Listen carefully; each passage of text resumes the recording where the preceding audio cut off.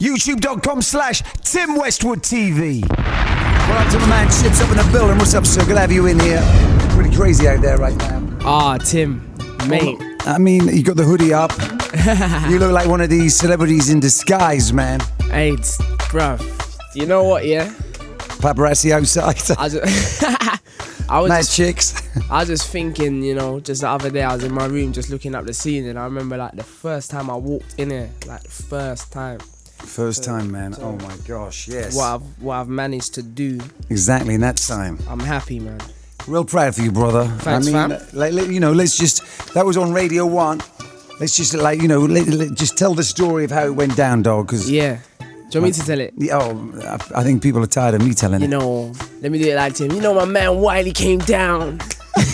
Are you going to tell it in a Westwood style? He had the uninvited cats, No, I'm joking, Wiley. That's exactly how the story goes, dog. Exactly, Who are these randoms you brought in here, Wiley man? brought some randoms, but one random continued, and we keep it popping. I remember me and Ice Kid came in there, we absolutely tore it down, and that for me, that was the beginning of a lot of people really getting on their bar game, got the Westwood show popping, and then just hard work and consistency's got me to where I am today, able to say I got a #1 single, man. It's mad.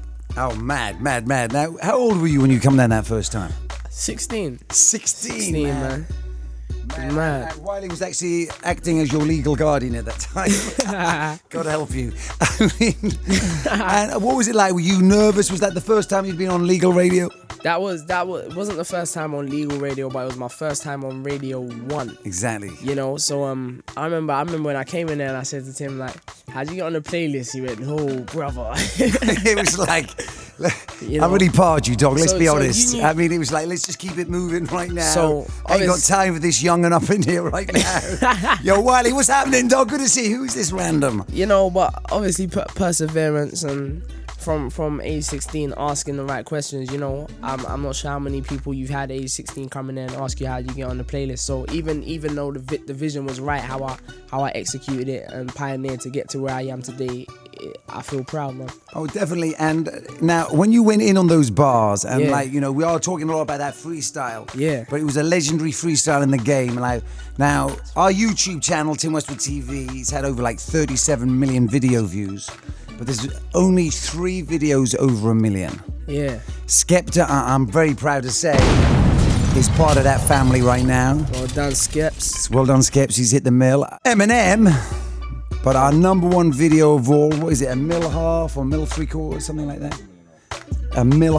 And let's not count the time when it was shut down because there was one bad word in there. Yeah. So we had to take it off for how long? 6 months. Well, we had to sort out the process. Yeah. I mean, when you did that freestyle, did you realise, what I'd done? What you'd gone in with?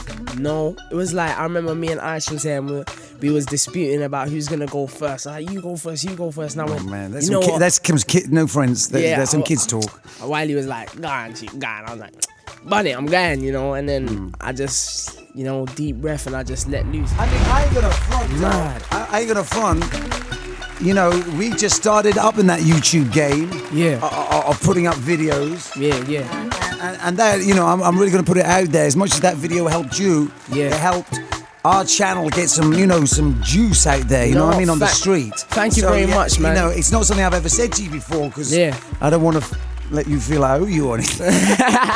But as much as that helped you, that helped us because suddenly it made our channel have some energy and people were paying attention to it, man. Thank you, man. And that is why, in my album booklet, the thank yous are very personal, and hopefully you got the one that I left in your envelope, and it says, it's a signed copy. What does it say on the front? I think it says that freestyle opened doors, And it also says it in the imprint, which is going down in history forever, man. In 30 years' time when I look at my album, I'm never gonna forget that, that wild freestyle I did. Beautiful thing, brother. Beautiful thing, man. And, just to conclude this, I would like autos just, keeping it real out there. Yeah. I didn't realise what we had then, actually, dog. I didn't realise it was that heat rock. I just realised, let's throw this joint up, let's keep it moving in the building. Yeah. And when the numbers started coming in, numbers we gotta get these Tim Westwood TV going. Yo, who's this cat? Who's this kid? You know what I mean? It's mad, man. Mad. It's crazy. Now, Chips. Yo. I'd be interested in your take. It seems to me there is a blessed few. There is a chosen few. Like cats are putting out records. Yeah. And I would feel it. I would definitely feel it.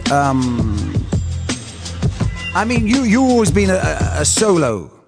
But, if I was in a crew and, like Rough Squad and suddenly Tinchy Strider is #1 in the chart. Yeah.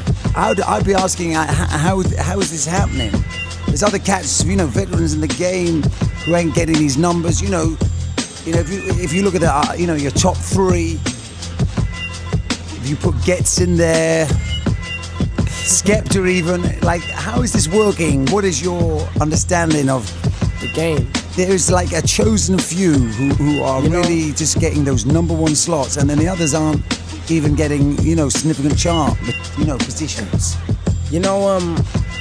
On that note, I wouldn't say there's a chosen few. I think it's possible for anyone that actually works the system. I feel there's a lot of people that are they're a bit ignorant and deluded in the fact that they're not willing to try new things. And I say it like this, talent is what opens the door for you, and the right attitude is what will cement you in.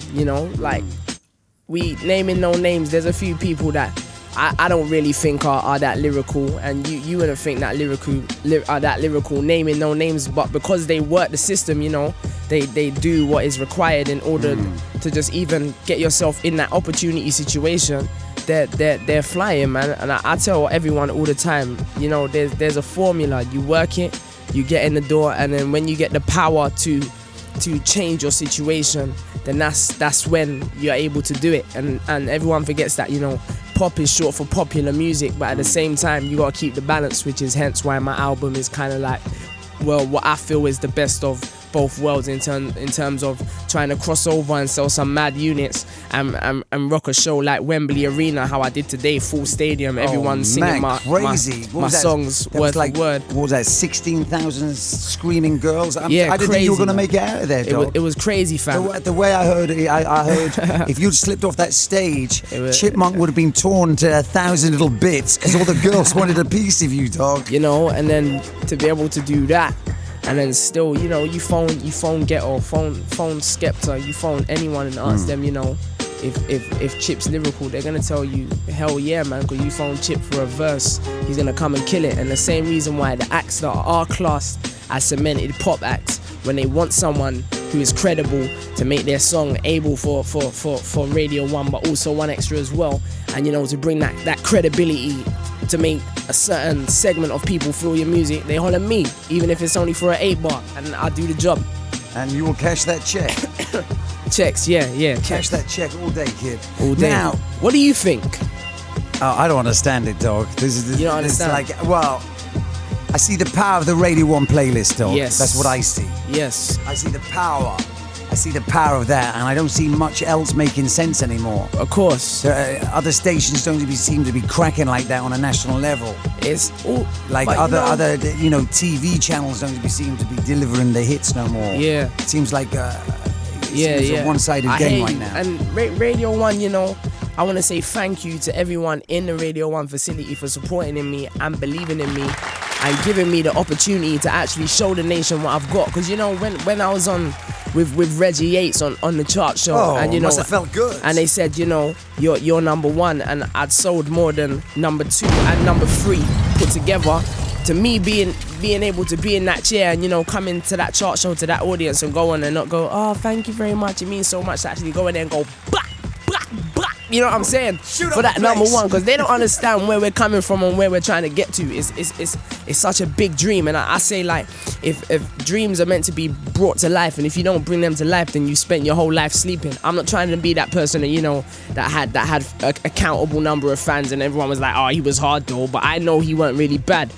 So when I'm on my Twitter getting foolish comments from people and stuff, it's so hard to maintain focus. But I gotta remember, I'm on the right track, on the track to success. And if people wanna pre my situation and wind themselves up, then you do that, man. I ain't got time for you. Oh man. You youtube.com/Tim Westwood TV.